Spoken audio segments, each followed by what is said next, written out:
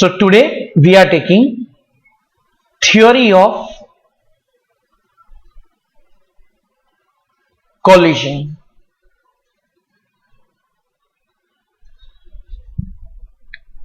So this theory was given by two scientists, William Lewis and Max Strauss.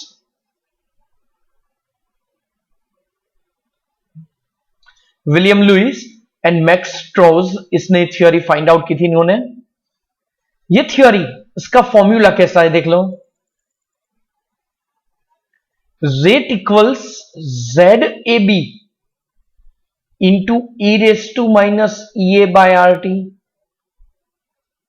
Formula देख के आपको कुछ याद आता होगा, ऐसा ही एक फॉर्मूला था Arrhenius equation.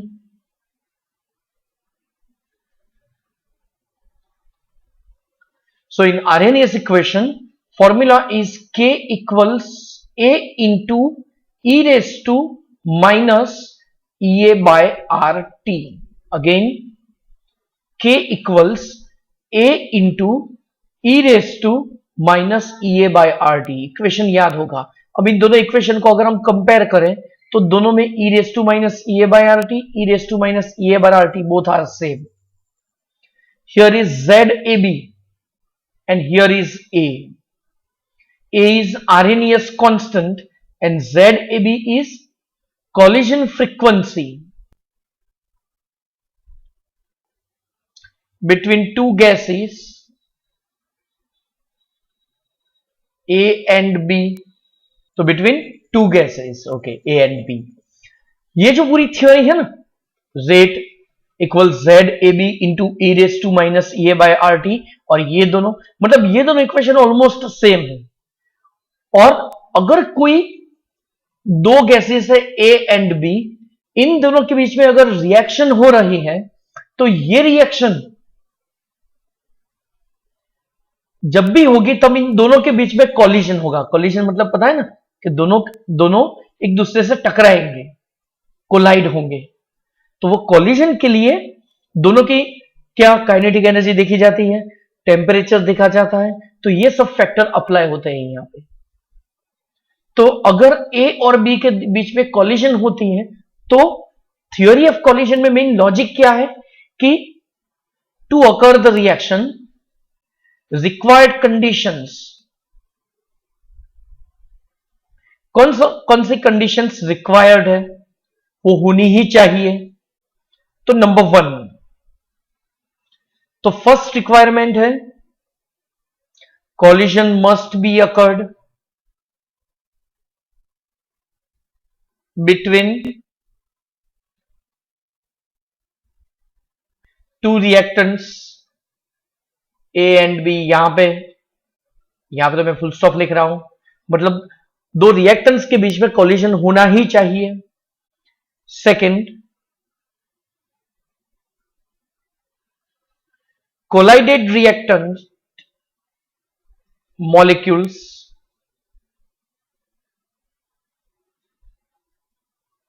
must have minimum kinetic energy and that is a threshold energy।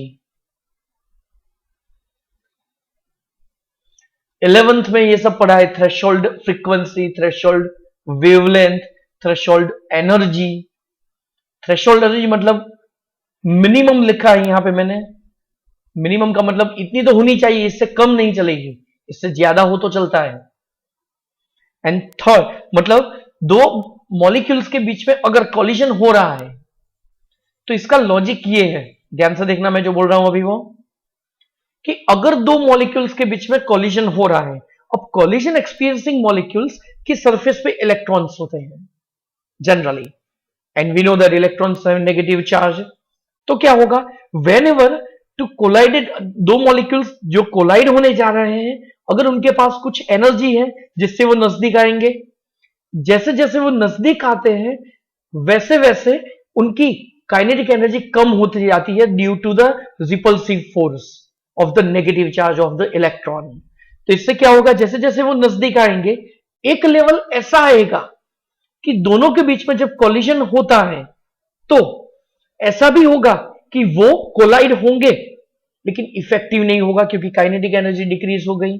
मतलब इतनी तो एनर्जी चाहिए कि जिससे दो मॉलिक्यूल कोलाइड हो with proper kinetic energy and they will give the intermediate product and then finally the product. मतलब intermediate molecules मिलेंगे, इंटरमीडिएट स्टेट मिलेगी और फिर वो प्रोडक्ट में कन्वर्ट होंगे।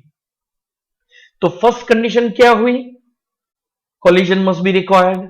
सेकेंड, जो कोलिजन हो रहा है वो मॉलिक्यूल्स के पास मिनिमम काइनेटिक एनर्जी होनी चाहिए तभी रिएक्शन पॉसिबल है। वो मैंने समझाया कि जब नजदीक आते हैं तो दोनों का रिपल्सिव फोर्स अप्लाई करता है। कई कबार ऐसा भी होता है कि काइनेटिक एनर्जी कम है, रिपल्सिव फोर्स ज्यादा है, तो कोलाइड हुए बिना दोनों रिपल्स हो जाएंगे, मतलब दूर चले जाएंगे। ओके, तो रिपल्सिव फोर्स कम होना चाहिए, काइनेटिक एनर्जी ज्यादा होनी चाहिए। Third and most important condition, तो उसके लिए हम एक एग्जांपल ले रहे हैं अभी। In this example suppose HI molecules collide हो रहे हैं और वो कन्वर्ट हो रहे हैं किसमें? H2 और I2 में। तो चलो, दो HI मॉलिक्यूल्स एक दूसरे से कोलाइड हो रहे हैं, तो सपोज दोनों ऐसे ही कोलाइड हो रहे हैं।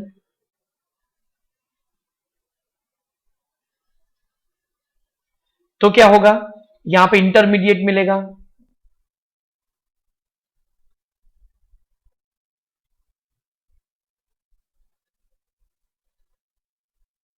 तो यहां पे ये इंटरमीडिएट स्टेट मिलेगी और उसमें से फिर डिकम्पोजिशन होके हमें मिलेगा H2 एंड I2। तो यहां पे हमें दो HI मॉलिक्यूल्स के बीच में रिएक्शन होके H2 और I2 मिलता है, मतलब दोनों मॉलिक्यूल्स ऐसे कोलाइड होते हैं। देख लो, अब अगर एक HI ऐसा है और दूसरा उल्टा है, तो अब अगर कोलिजन होगा तो क्या होगा? देखते हैं दूसरे।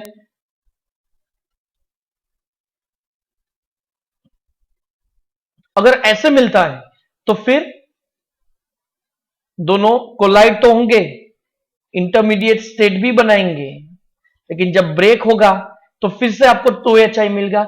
मतलब हर एक कोलिजन की जिसमें हमें मिलता है क्या? Intermediate state,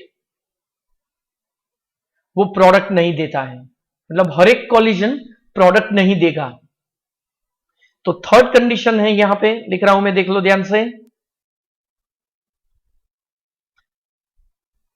collision must be occurred in proper direction।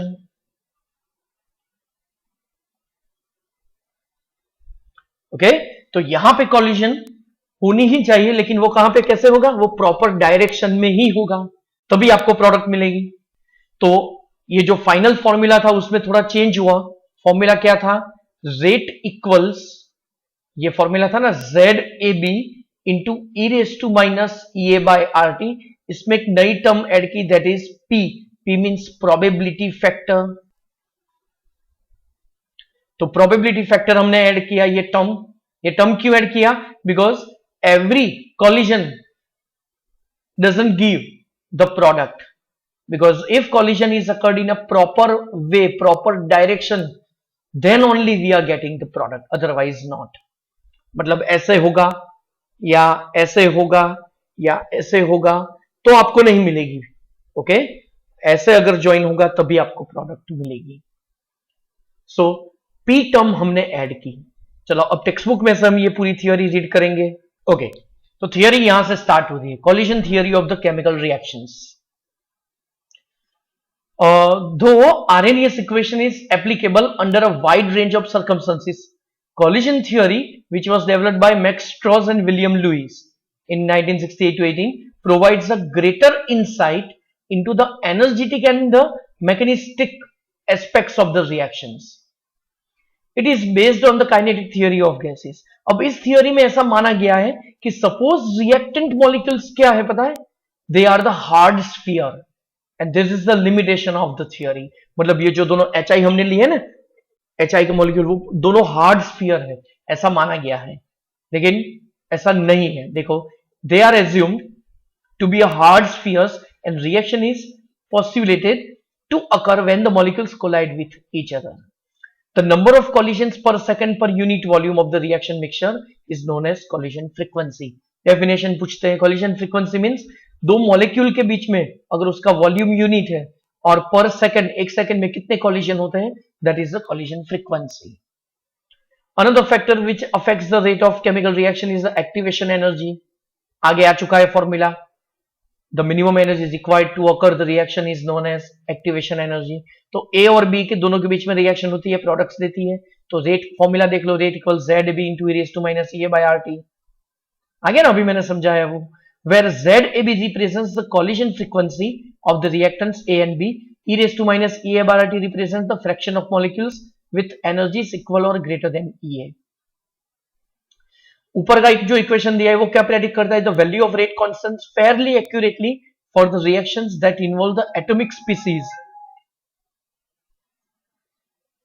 और the simple molecules, but for the complex molecules significant deviations are observed. The reason could be that all the collisions do not lead to the formation of products. मैंने अभी HI का example लिया था.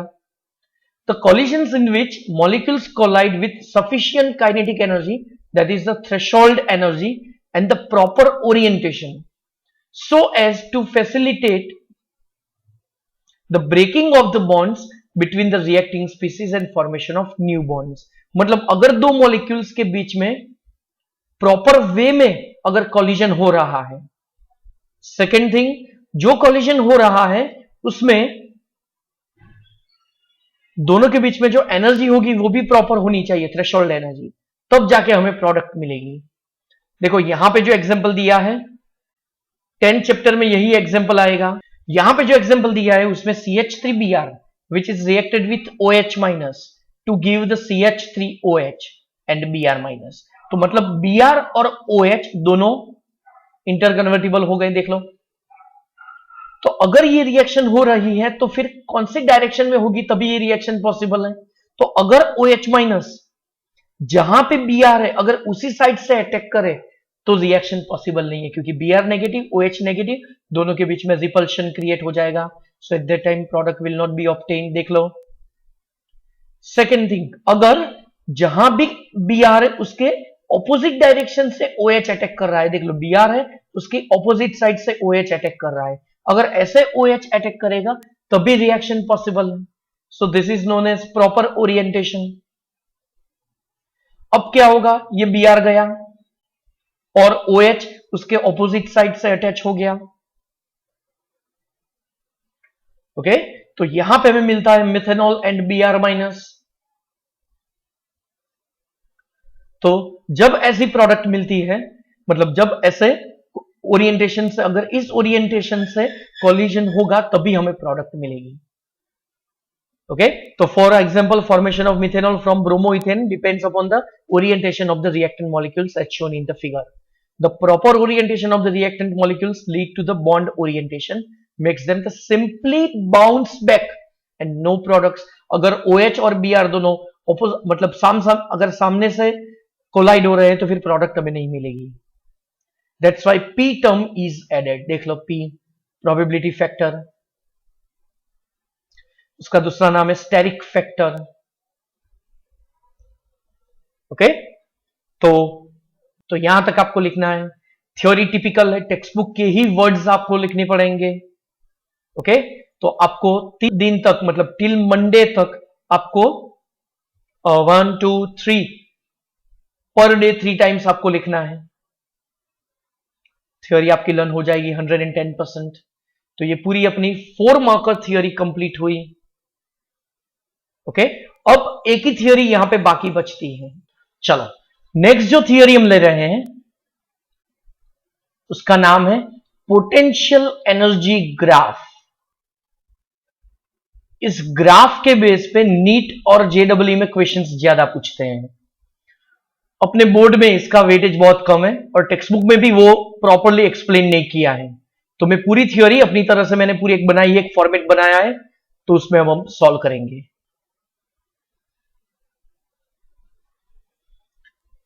So generally this graph is for endothermic reaction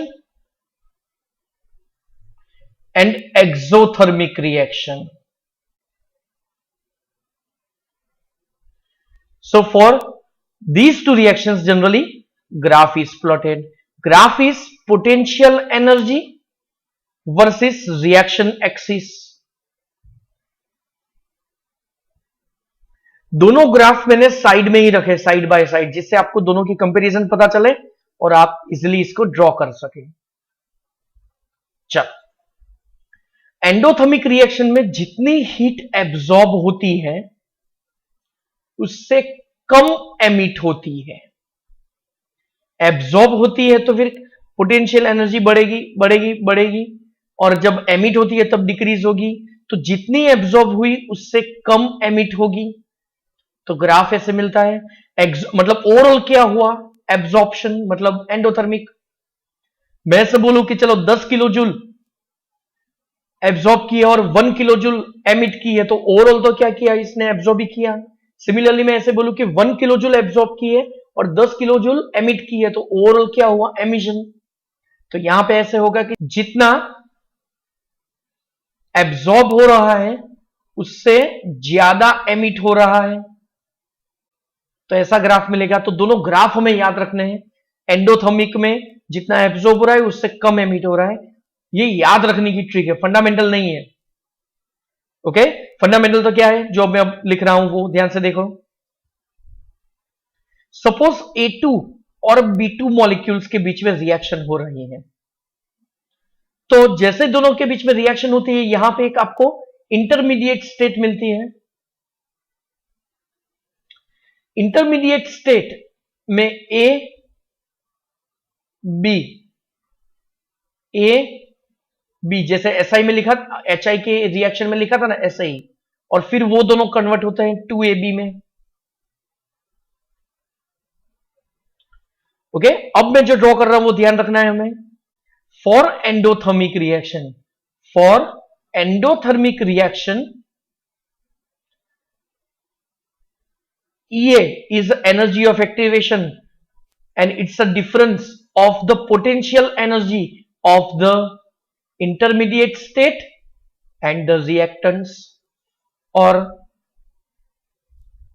इसकी activation energy intermediate state और products, इस gap को हम बोलेंगे EA डैश। और अब हमें याद रखना है इन दोनों का डिफरेंस किसका, EA और EA डैश का, ये डिफरेंस कहलाता है डेल्टा H। और अब देखो दिस इज 0, यहां पे पॉजिटिव रीजन, ये negative reason. Here EA is greater than EA dash, so that EA minus EA dash greater than 0, और इस दोनों का डिफरेंस को हम बोलेंगे डेल्टा H लेस देन 0। तो थर्मोडायनेमिक्स में आपने पढ़ा है, शायद आपको याद होगा कि for endothermic reaction delta H is greater then 0। तो ये हमें अभी यहां पे याद रखना होगा, delta H is greater then 0। चलो अब एक्सोथर्मिक की बारी। तो एक्सोथर्मिक में दो मॉलिक्यूल्स, चलो यहां पे हम लेंगे 0, यहां पे पॉजिटिव, यहां पे नेगेटिव। ग्राफ किन के बीच में, पोटेंशियल एनर्जी, और यहां पे है रिएक्शन एक्सिस। ग्राफ में A2 और B2 दोनों के बीच में रिएक्शन होती है। A और B इन दोनों के बीच में रिएक्शन होगी, इंटरमीडिएट स्टेट आपको मिलती है। Finally we are getting product 2AB। हम रिएक्टेंस चेंज भी कर सकते हैं, X2Y2, PQ, P2Q2, कोई भी ले सकते हैं हम। चलो इस गैप को हम बोलेंगे EA, इस गैप को हम बोलेंगे EA dash, and this difference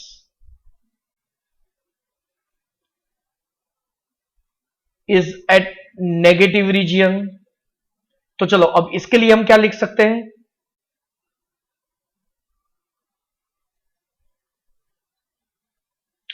तो इसके लिए हम यहां पे लिखेंगे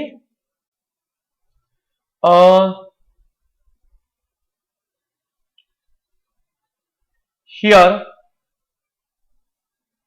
EA is less than EA dash, देख लो EA इतना और EA dash is greater than EA, so that EA minus EA dash, इसको इस साइड पे ले गए तो negative sign, and it is less than 0, और इन दोनों के डिफरेंस को हम क्या बोलेंगे, डेल्टा H। तो एक्सोथर्मिक रिएक्शन के लिए always delta H is less than 0। अब यहां पे एक टर्म हमें एक्सप्लेन करनी है और टर्म का नाम है activated complex.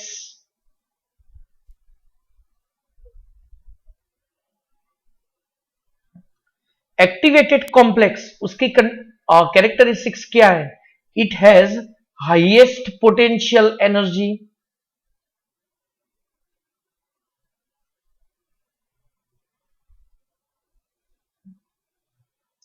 next it contains very weak bond। याद हो तो हमने बॉन्ड्स सब डॉटेड लाइन से इंडिकेट किए थे, देख लो, okay, and it has very short life, okay, it is very reactive, that's why it contains short life। So these are the characteristics of activated complex। Text book में दिया है लेकिन थोड़ा बहुत इसका दिया है, मैंने अपनी तरह से पूरा एक्सप्लेन किया। अब इसके बाद मुझे एक थियोरी एक्सप्लेन करनी है, क्वांटिटेटिव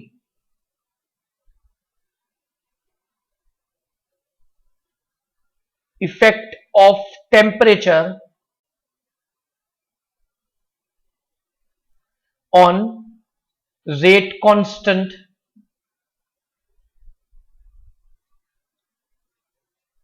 और rate of reaction. Rate constant या तो फिर रेट ऑफ रिएक्शन, तो इन दोनों के बीच में क्या रिलेशन है, अब हम ये देखते हैं। चलो, तो क्वांटिटेटिव इफेक्ट का मतलब क्या होता है स्टूडेंट्स?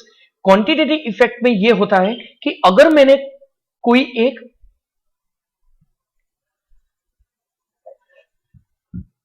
रिएक्शन कंसिडर करते हैं, उसमें हमने नंबर ऑफ कोलाइडेड मॉलिक्यूल्स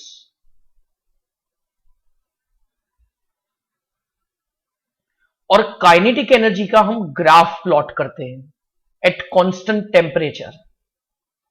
तो स्टूडेंट यहां पे हमें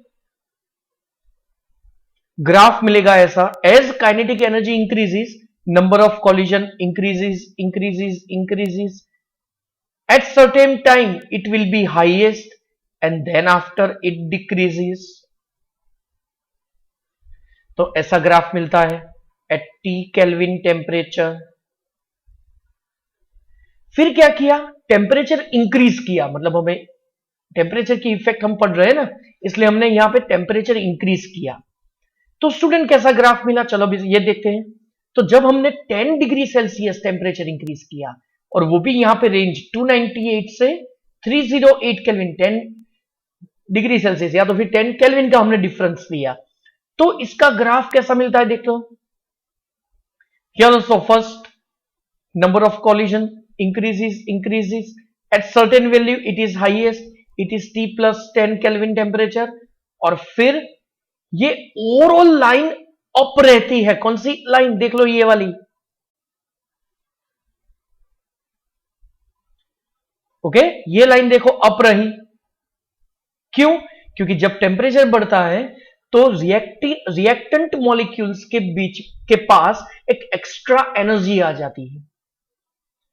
तभी जब हमने टेम्परेचर में 10 केल्विन का डिफरेंस लिया तो काइनेटिक एनर्जी इंक्रीजेस बाय 3%, लेकिन रेट डबल हो गया। फिर से काइनेटिक एनर्जी सिर्फ 3% इंक्रीज हुई, लेकिन रेट डबल हो गया। फिर से जैसे हम मॉलिक्यूल्स की काइनेटिक एनर्जी इंक्रीज करते हैं वैसे वैसे कोलिशन बढ़ेगा, लेकिन एट सर्टेन लेवल ही बढ़ेगा। इसको हम बोलेंगे मैक्सवेल डिस्ट्रीब्यूशन लॉ।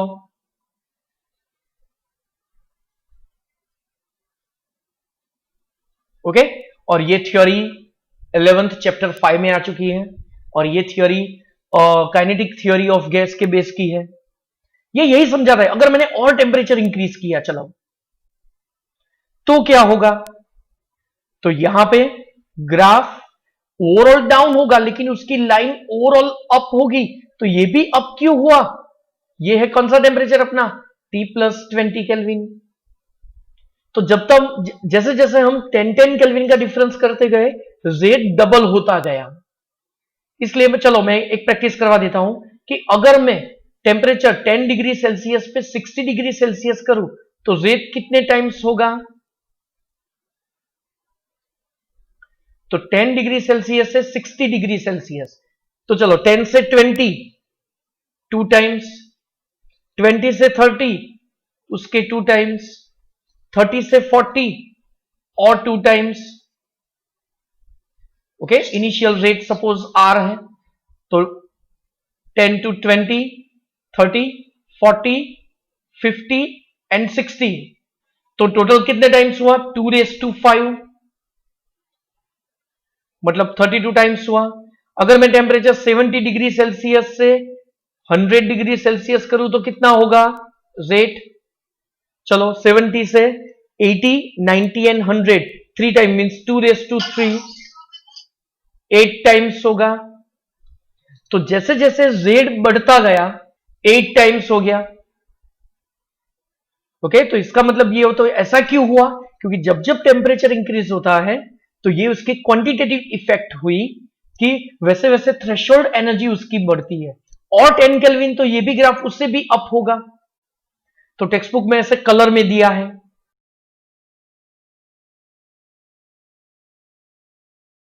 तो ऐसे ये जो इंक्रीज हुआ ना, तो इंक्रीज होने का रीजन क्या है, थ्रेशोल्ड एनर्जी, मतलब मॉलिक्यूल्स को वन टाइप ऑफ उसको धक्का देती है, एक एनर्जी यहां पे बनती है, दैट्स व्हाई इट हैपेंस।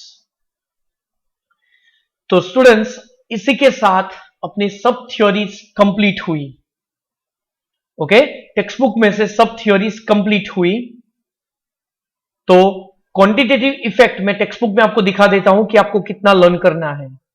हमें स्टार्ट करना है यहां से, ऑल द मॉलिक्यूल्स, जो क्वांटिटेटिव इफेक्ट थी ना, तो ये थियरी यहां से स्टार्ट होती है, टेक्स्ट बुक में टिक कर देना। चलो अब थियरी में रीड करवा देता हूं आपको। All the molecules in the reacting species मतलब the components which are reacted together do not have the same kinetic energy. Since it is difficult to predict the behavior of any one molecule with the precision, so Boltzmann and Maxwell used the statics to predict the behavior of large number of molecules, and according to them the distribution of kinetic energy may be described by plotting the fraction of molecules Ne and T with the given kinetic energy। ये हमने जो graph plot किया ये था most probable kinetic energy, यहाँ पे maximum kinetic energy थी, और हर एक टेम्परेचर पे ये ग्राफ डिफरेंट होता है। The peak of curve corresponds to the most probable kinetic energy, that is the kinetic energy of maximum fraction of molecules. So there are decreasing number of molecules with energies higher or the lower than the value, and when the temperature is raised the maximum of the curve moves to the higher energy value and the curve broadens out। चलो वो broad होता गया है, देख लो, मतलब ये overall line up हुई ना, ये देखो मैंने वो इंडिकेट अलग अलग कलर से किया था, यहां पे एक ही कलर यूज किया है। spreads to the right such that there is a greater proportion of the molecules with much higher energies, temperature increase किया तब। the area under the curve must have the constant since total probability must be 1 at all times, and we can mark the position of EA on the Maxwell-Boltzmann distribution curve। Increasing the temperature of the substance increases the fraction of molecules and which collide with the energy is greater than EA.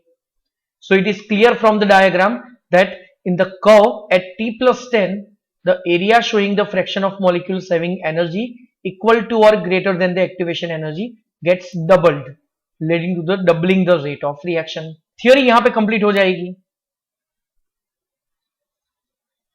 चलो annotate कर देता हूं. यहां तक आपको theory learn करनी है. मैंने जो दिया ना क्वांटिटेटिव एनर्जी, बस. तो स्टूडेंट्स, इस चैप्टर की सब थियोरीज कंप्लीट हुई.